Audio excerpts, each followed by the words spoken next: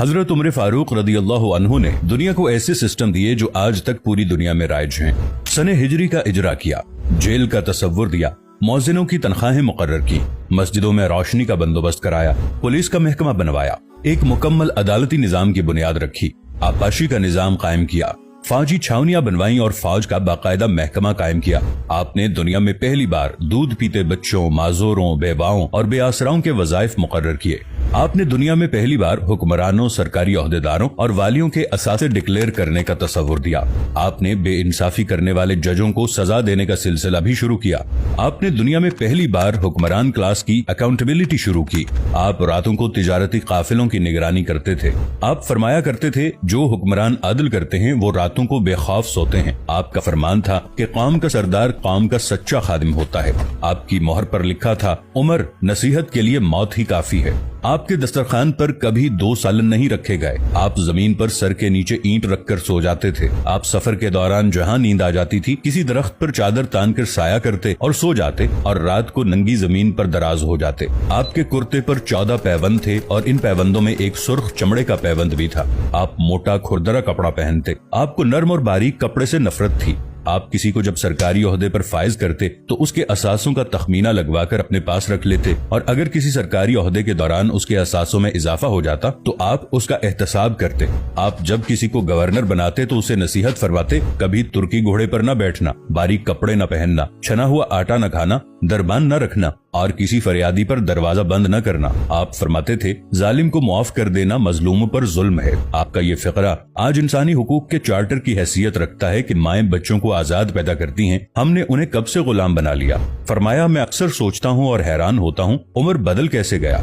आप इस्लामी दुनिया के पहले खलीफा थे जिन्हें अमीरुल मोमिनीन का खिताब दिया गया। दुनिया के तमाम मज़ाहिब की कोई न कोई खुसूसियत है। इस्लाम की सबसे बड़ी खुसूसियत अदल है और हजरत उमर फारूक रज़ी अल्लाहु अन्हु वो शख्सियत हैं जो इस खुसूसियत पर पूरा उतरते हैं। आपके अदल की वजह से अदल दुनिया में अदल फारूकी हो गया। आप शहादत के वक्त मकरूज थे, चुनाचे आपकी वसीयत के मुताबिक आपका वाहिद मकान बेचकर आपका कर्ज अदा कर दिया गया और आप दुनिया के वाहिद हुक्मरान थे जो फरमाया करते थे, मेरे दौर में अगर फुरात के किनारे कोई कुत्ता भी भूख से मर गया तो उसकी सजा उमर को भुगतना होगी।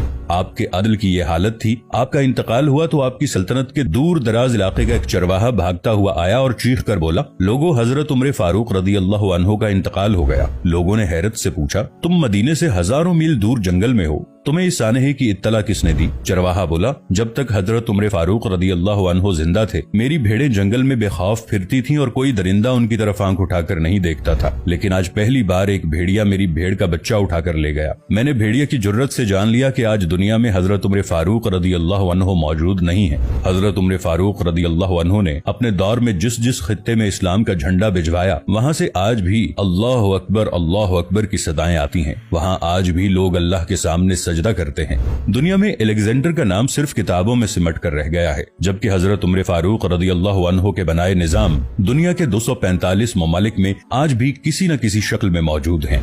आज भी जब किसी डाक खाने से कोई खत निकलता है, पुलिस का कोई सिपाही वर्दी पहनता है, कोई फौजी जवान 6 माह बाद छुट्टी पर जाता है या फिर हुकूमत किसी बच्चे, माजूर, बेवा या बेआसरा शख्स को वजीफा देती है तो वो मुआशरा, वो सोसाइटी बेइख्तियार हजरत उमर फारूक रदी अल्लाह अन्हु को अजीम तस्लीम करती है। वो उन्हें तारीख का सबसे बड़ा सिकंदर मान लेती है, माँ सिवाय उन मुसलमानों के जो आज एहसासे कमतरी के शदीद एहसास में कलिमा तक पढ़ने से पहले दाएं बाएं देखते हैं। लाहौर के मुसलमानों ने एक बार अंग्रेज सरकार को धमकी दी थी कि अगर हम घरों से निकल पड़े तो तुम्हें चंगेज खान याद आ जाएगा। इस पर जवाहरलाल नेहरू ने मुस्कुराकर कहा था, अफसोस आज चंगेज खान की धमकी देने वाले मुसलमान ये भूल गए उनकी तारीख में एक उमर फारूक भी था, जिनके बारे में मुस्तशरिकीन भी एतराफ करते हैं कि इस्लाम में अगर एक उमर और होता तो आज दुनिया में सिर्फ इस्लाम ही दीन होता।